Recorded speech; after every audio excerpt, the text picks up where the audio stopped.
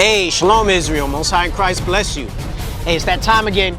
We need you to subscribe to the IUIC Phoenix YouTube page, all right? So make sure you go ahead and subscribe right now. We need your help. Shalom.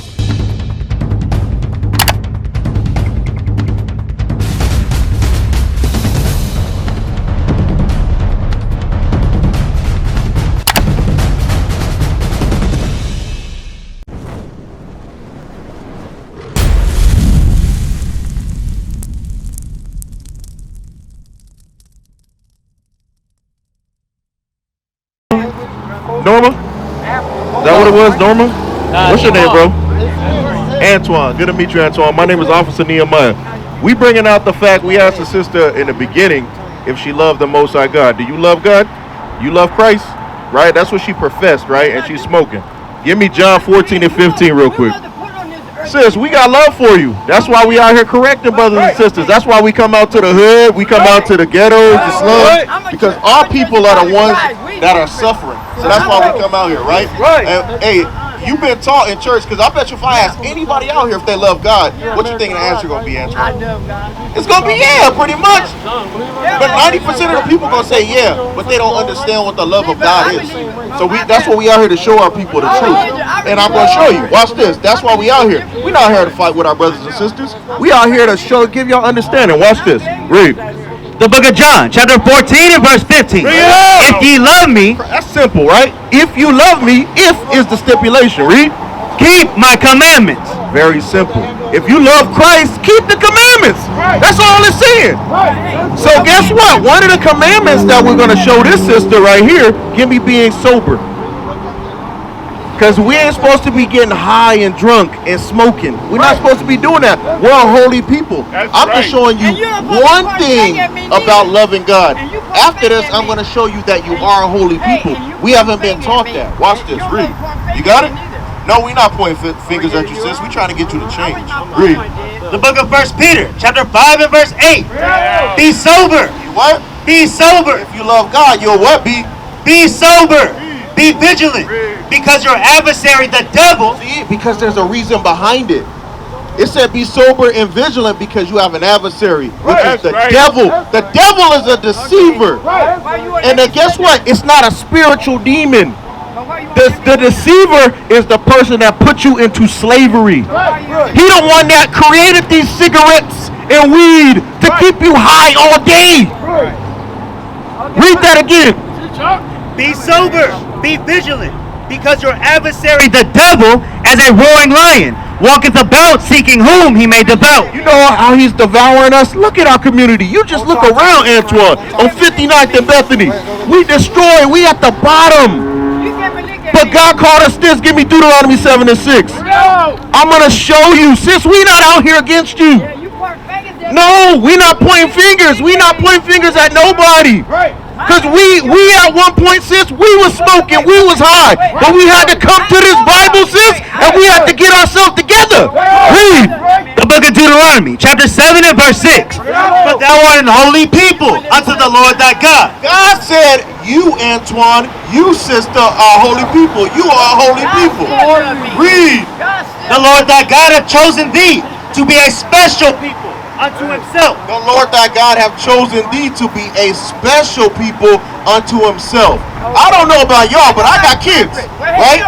And my kids are the most special thing to me than over any other kids. That's what God is saying about us.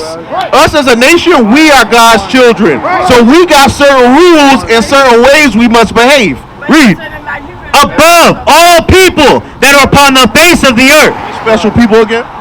A special people unto himself. Above all people. What did God say we are, Antoine? He said we above all people. Did he say we equal to all people? Did he say we below all people? No, he did not. He said we are above all people. And when we are above all people, we must conduct ourselves like we are above all people. You understand what I'm saying?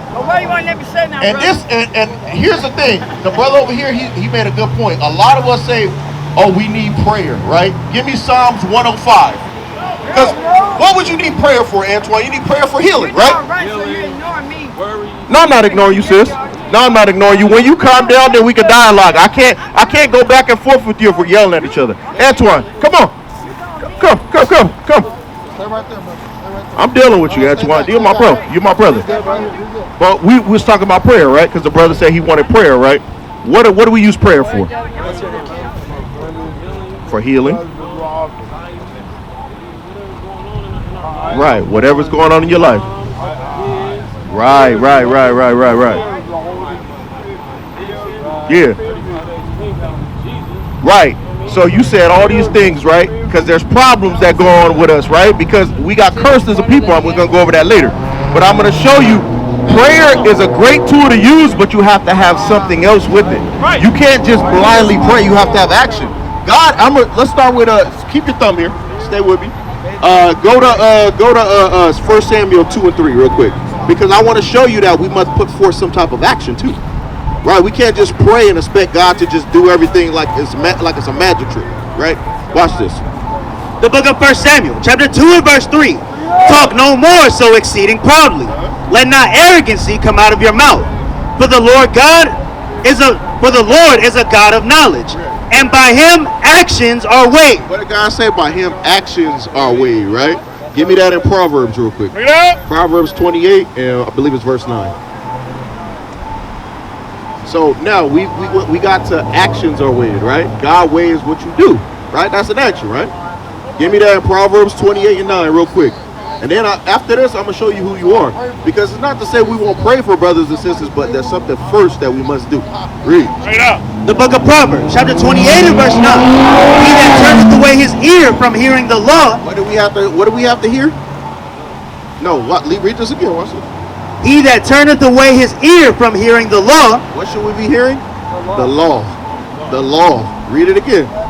He that turneth away his ear from hearing the law, even his prayer shall be abomination. If you don't keep God's commandments and keep God's laws, it said your prayer will be an abomination. You know what an abomination is? I'm going to show you this. Give me what I want. Psalms, Sirach 30, 13 and 15, Proverbs, or not Proverbs, Jeremiah 44:4, either one. Give me either one. I want to show you what abomination is. Abomination ain't an average word we use every day, right? Watch this. You got it? The book of Sirach, chapter 15 and verse 13. The Lord hateth all abomination. See that? The Lord hateth all abomination. Read. And they that fear God love it not. And they that fear God love it not. So, what did God say in the verse before? Read it and go back. Hey, we're going to take it slow. We'll take it slow. Read. Proverbs, chapter 28 and verse 9. He that turneth away his ear from hearing the law, even his prayer shall be abomination. So, guess what? You turn your ear from hearing the law, meaning doing the law. Guess what? You go to pray to the Most High, it said your prayer will be an abomination. What about God said about abomination? He hates that thing. So what must we do first? We must keep the law. Right. Your prayers won't be heard because you got to keep the law, right? So now knowing that, why did we go into slavery? Because remember, I read we're a holy people, all that stuff, Deuteronomy 7:6, right? We're special. Why is it you think we went into captivity or slavery? Very good. That's why we're here. Give me Deuteronomy 20 and 15. Watch. Because I want to show you why we're in the conditions. Not because I'm reading to you out of the Bible that we're a holy people and we're above everybody. We read that, right, Antoine? The book of Deuteronomy, chapter 28 and verse 15. But it shall come to pass, if thou wilt not hearken unto the voice of the Lord thy God. So just to give you a little backstory or summary of this, right? This is the Israelites coming out of the wilderness. Moses is telling them, this is what you got to do, or this is going to happen to you in the future if you don't do this. Read. If thou wilt not hearken unto the voice of the Lord thy God. If you won't listen to what God is telling you here, read. To observe to do all his commandments and his statutes which I command thee this day, that all these curses shall come upon thee and overtake thee. So God said if you don't do the commandments, then curses would come upon you, right? Hearken means to listen. So now, let's get some of the curses and identify who these people are. Curse. Go ahead, you read that. Cursed shalt thou be in the city, and cursed shalt thou be in the field. So I said, cursed shall these people be in the city and in the field. Look, let's just take the city of Phoenix, for instance, Antoine. 59th and Bethany. Who out here cursed in the city, cursed in the field? What race of people? Black people, Hispanic people. We are in the ghetto. In a whole, as a nation, black and Hispanics are cursed in the city and cursed in the field. I'm gonna give you specifics too. Historically, in the field where we at, in the cotton field, there you still got Hispanics today in the strawberry fields, tobacco fields, correct? Sugar cane. So this is what's a curse that's happening to those people. Watch it, we're gonna read more. It's not just that one curse. Give me 32. Verse 32. Thy sons and thy daughters shall be given unto another people. Thy sons and thy daughters shall be given unto another race of people. Read. And thine eyes shall look and fail with longing for them all the day long. And there shall be no might in thine hand. So when it says thy eyes shall look with longing, or what did it say again? I don't want to butcher. And thine eyes shall look and fail with longing for them all the day long. So you seen these movies, 12 Years a Slave, Roots. You see Kizzy crying for our kids. That ain't happening to no other people. Their kids wasn't taken from them and given to another people. You see that on auction blocks where they separated the kids? That happened to our people. That's right. Slavery. That happened to our people. Read. And there shall be no might in thine hand. It said there shall be no might in thy hand.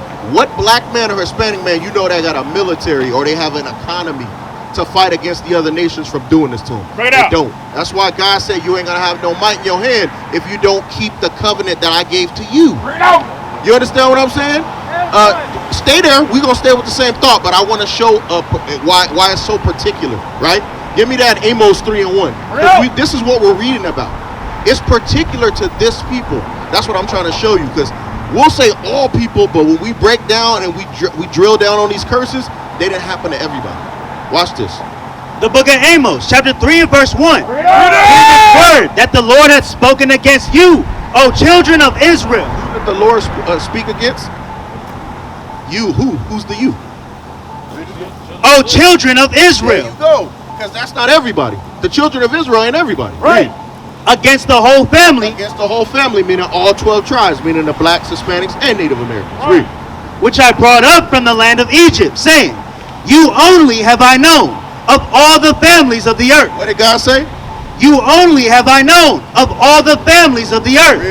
Therefore, I will punish you for all your iniquity. Therefore, I'll punish you for all your sins. That's what iniquity means. Right. Now go back to Deuteronomy 28. Watch this. Come on. The book of Deuteronomy, chapter 28 and verse 32. Thy sons and thy daughters shall be given unto another people, and thine eyes shall look and fail with longing for them all the day long, and there shall be no might in thine hand. 37. Verse 37. And thou shalt become an astonishment, a proverb, and a byword. It says, thou shalt become an astonishment, a proverb, and a byword. When you look at us as a people, I got you, bro. I'm going to come to you. I'm going to deal with Antoine's question, and I'm going to come to you, all right? My brother, what's your name? Robert? I got you. So read that again. And thou shalt become an astonishment, a proverb, and a byword among all nations, whither the Lord shall lead thee. So thou shalt become an astonishment. When you look at us, we are an astonishment. Right. It's like, wow, it's an amazement to look at us like, wow, what's up with these people? Blue hair, twerking. What's going on with them? Bring it up! Baby mamas, baby daddies. That's what we known for as a culture, right? Bring it up! Am I lying, Antoine? All praises, all praises. Read. A proverb and a byword. It said a proverb. A proverb is a wise saying, right? You know what a wise saying? If you want to hide anything from a black man, where do you put it? In a book. In a book. Right? Because they say black men don't like to read, right? Well, what's a byword? A byword is something called outside of your God-given name, right? Your God-given name is not black. Right. Black is a color. Black is what you have on your sweater there, bro. Are you black? That's what they say, right? That's what they say, right? But you're not. If you put your arm to your sweater, you're not the same color, right? You're brown. I'm brown. This brother's brown. He's brown. We're all shades of brown, right? So black is something that's called outside of your God-given name, because guess what? God never called you black. God called you Judah. God called you Benjamin, Levi, Ephraim, Manasseh. You understand what I'm saying? He called you the children of Israel. So that's something that's called out of your God-given name. And I want you to pay attention. It says something particular right here. Watch, read it again. And thou shalt become an astonishment, a proverb and a byword among all nations, whither the Lord shall lead thee. It said, among all nations where the Lord will lead thee. Among all nations, are we not called black, African American, Negro? We're called all these different things because it's bywords. Because guess what? Our names changed through slavery. We was first coming into slavery, Judah, Benjamin, and Levi. But what happens when you go into slavery? You get conquered, and they change your name, and they change your heritage. Right. You understand what I'm saying? Read. What you got? Are you done on that? Read. Give me verse 46. Bring it out. Verse 46. And they shall be upon thee for a sign and for a wonder. He said, and they shall be upon thee. And they means the curses we were just reading, right? Right. Because remember, God said, I'm going to punish you for your iniquities, right? We just read that. So it said, these curses will be upon us as a people for a sign. Now, Circle K is a sign, right? You're looking at 59th Avenue, that's a sign. That identifies something. That identifies that you're on Bethany. That identifies you're on 59th Avenue.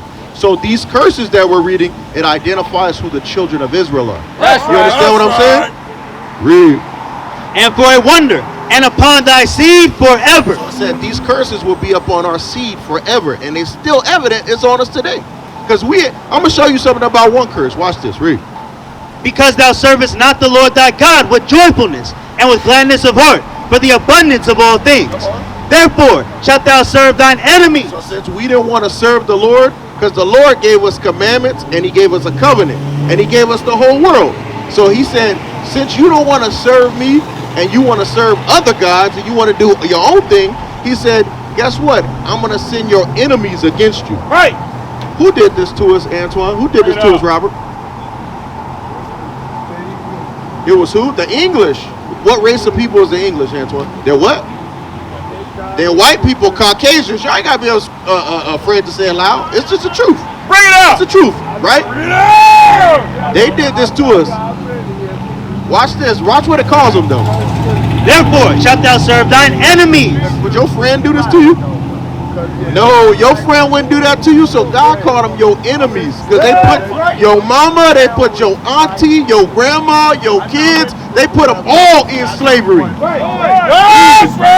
Which the Lord shall send against thee in hunger and in thirst. So the Lord sends those enemies against us because we broke the commandments. He sent them against us in hunger. Who we got to go get food? Who own the grocery store? Who own Bashas' and Walmart? Is it our people? No, not that you know of, because it's not. You're right. You absolutely 100% right. Our people don't own none of the food production that come into here.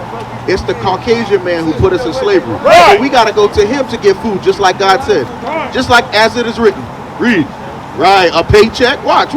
You go. Why we get to it? See, you understanding that. Read. And in thirst and in nakedness. And thirst and nakedness. You got to go to get Dasani, Aquafina, Fiji. That don't come from our people. That come from your enemy. Right. Who put the chains on your neck. Read. And in want of all things. Just like you said, a paycheck, a driver's license, a birth certificate, a death certificate, citizenship, a passport. Everything you need, you got to go to this man. And education. You got to go everything to him because guess what? We broke God's commandments. Right. We didn't hearken to the voice. Right. You understand what I'm saying? Read. And he shall put a yoke of iron upon thy neck. Notice, it didn't say no spiritual demon. It said, and he. Who's he? Who's the race of people? Who's the he? A Caucasian man. And he shall put a yoke of iron on your neck. He did it. It's right there. It's evident. It's historical fact. Right. Read. Until he have destroyed thee. Until he have destroyed us. You know how he destroyed us? Until you would call yourself black. Right. Until you would call yourself African American. Because you know how you destroy a brother? You destroy him in his mind. That's how we destroy. Because if I got a chain around your neck and you trying to get away, you know that you captive. But then if I'm able to take that chain off the neck, right? And then you still don't go nowhere, that's a hell of a slavery and a hell of a destruction to your mind. You understand what I'm saying? Now we super destroyed to where we have assimilated to this lifestyle, to this world, to where we thinking like, oh no, we all equal. You understand what I'm saying? That's not the case. That's not the case. That's not what God intended. Read. The Lord shall bring a nation against thee from far. Jump down to 68. And this the kicker. This the nail in the coffin right here. Watch this. Verse 68. And the Lord shall bring thee into Egypt again. So I said now. It said the Lord gonna. This is another curse. It said the Lord gonna bring you into Egypt again. So what is Egypt synonymous for? Watch. I'm gonna show you according to the Bible. You know the Bible. You know a little bit of the Bible. Not too much. That's fine. Okay. What was we doing? What was the children of Israel doing in Egypt, Robert? They was slaves. Right. You know. Right. I'm gonna read it, Robert. Watch this. You got it? The book of Exodus, chapter 20 and verse 2. I am the Lord thy God, which have brought thee out of the land of Egypt, out of the house of bondage. Bondage means slavery or captivity. So that Egypt was the house of bondage or the house of slavery, right? So it said the Lord's gonna bring you into Egypt again. So let's see how he's gonna bring us into Egypt again. Watch this. And the Lord shall bring thee into Egypt again with ships. With what? With ships. So how do we get over here? Ships, cargo, slave ships. Where the ships at? Somebody give me the ship. Over there. Somebody give me the ships. Give me that. You see that? That's cargo slave ships right there. We back there. That's us. That historically happened to us. Did that happen to anybody else? Robert? So no, this Bible is not talking about anybody else but your race of people. This is our record. So it's telling you what happened to us and what we need to do to get out of slavery.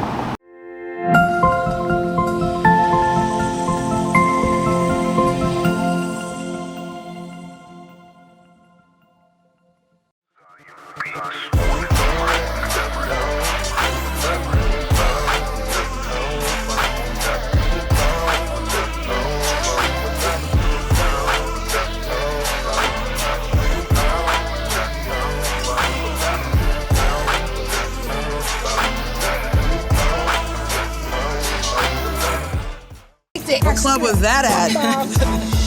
Admit that a lot of people don't even realize they. I've called her. She hasn't responded. I've called her more than a few times. With the Zulu Nation, I'm like, what the hell is this? I know nobody know what I'm talking about. You'll leave me on the island by myself. I don't know what the hell Bishop's talking about. That's what y'all do. Then after class, yeah, I knew what you were talking about. I just don't want to be caught out there. The hell is this? Get on my damn nerves. So read that again, 31. What is a nation?